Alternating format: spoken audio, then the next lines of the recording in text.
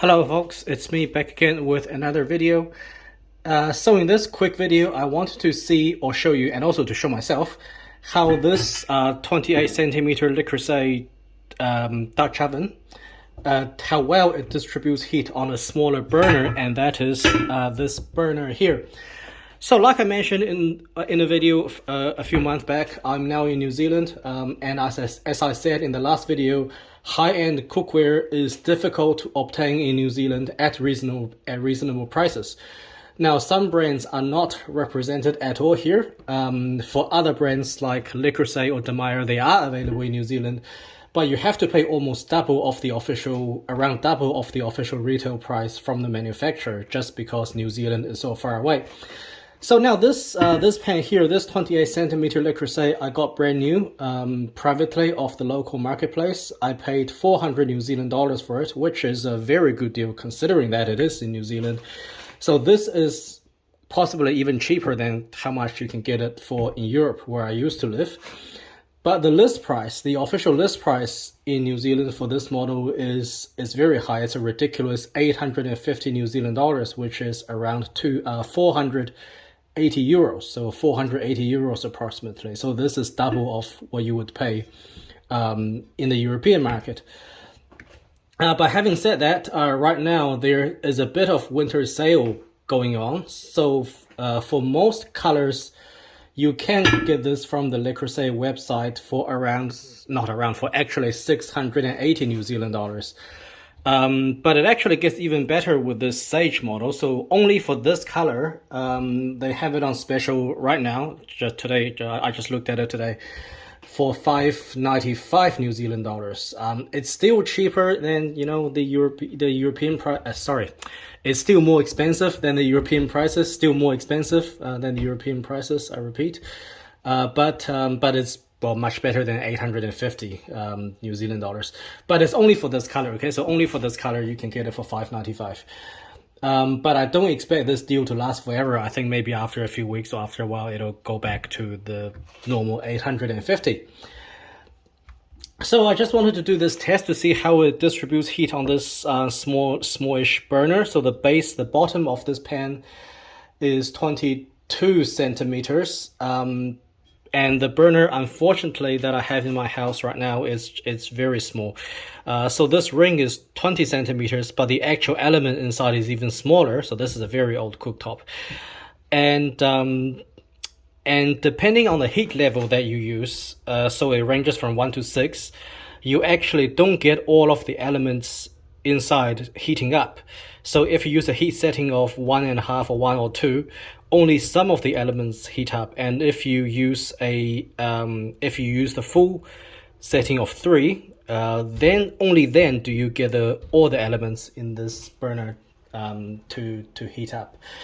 And I wanted to also do this test because cast iron itself, like I mentioned in my other videos, is not really a very good distributor of heat.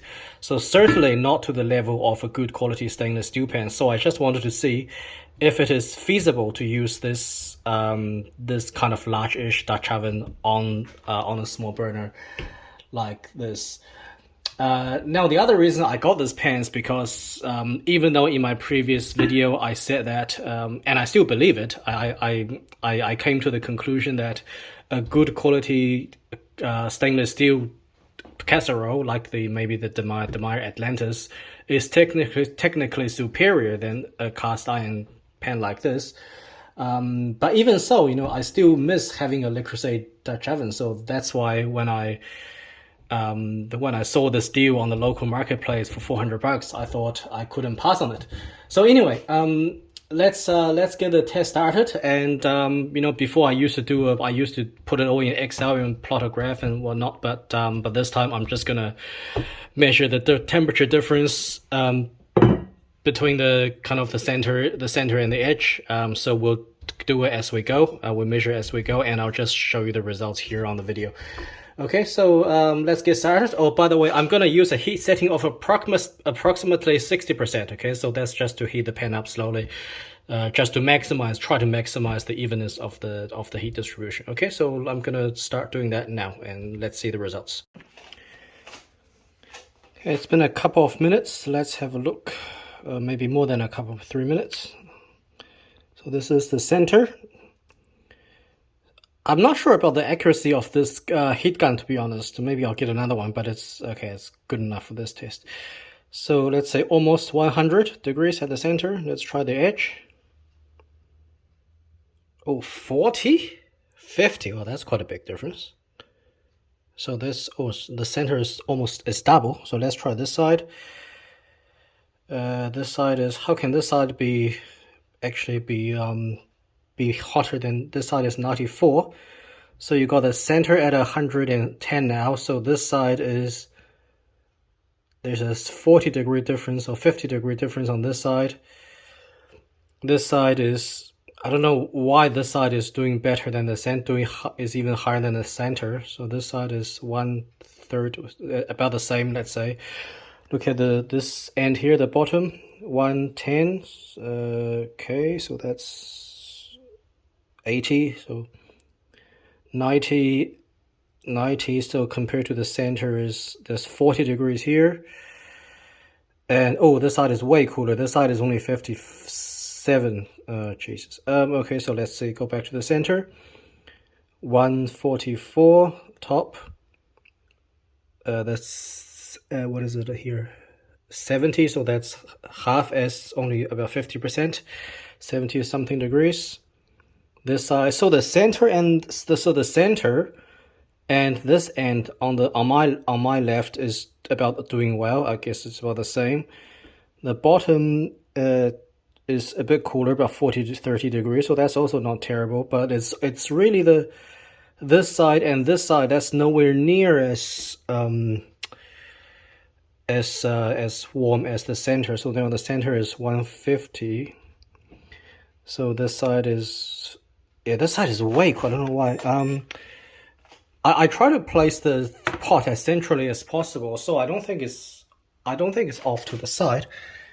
I'll just put this down and I'll check.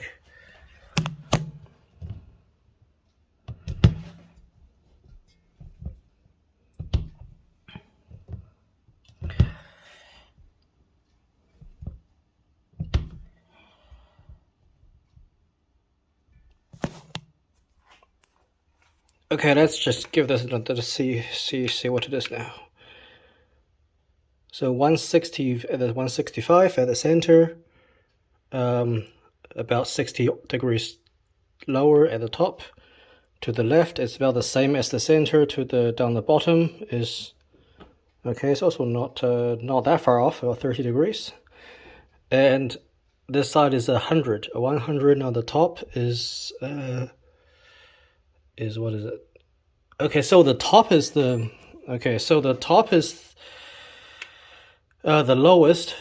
The center is 181 now. So that's no, not 181. Well, yeah, there we go. 183. The top is 110. So that's 80 degrees, and this side is okay. So the side on my right is definitely the worst. So this side here where I'm pointing is half of the center, and this top end here is also much cooler. I'll stop it when it gets to about 200 degrees. So I think there's no point going higher than that. Okay, let's just give it another 30 seconds, then we'll stop this test. And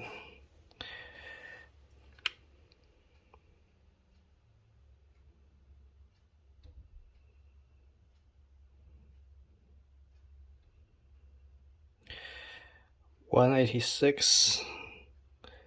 So the center is about 50 degrees off. This side is about, yeah, I don't know why the center is, yeah, see now the side on my left is actually hotter than the center, which is weird. And the side on my right is about half as warm. So okay, I'm gonna turn the heat off now. Okay, so what do I think? Yeah, look, it definitely doesn't help that this hob is much smaller than the bottom diameter of the pan. Is it usable? I don't have it here with me. It's in the cabinet. I'm not going to bother taking it out. But the 24 centimeter Atlantis, the Meyer Atlantis that I've used in many of my videos, it definitely does a much better job of spreading the heat.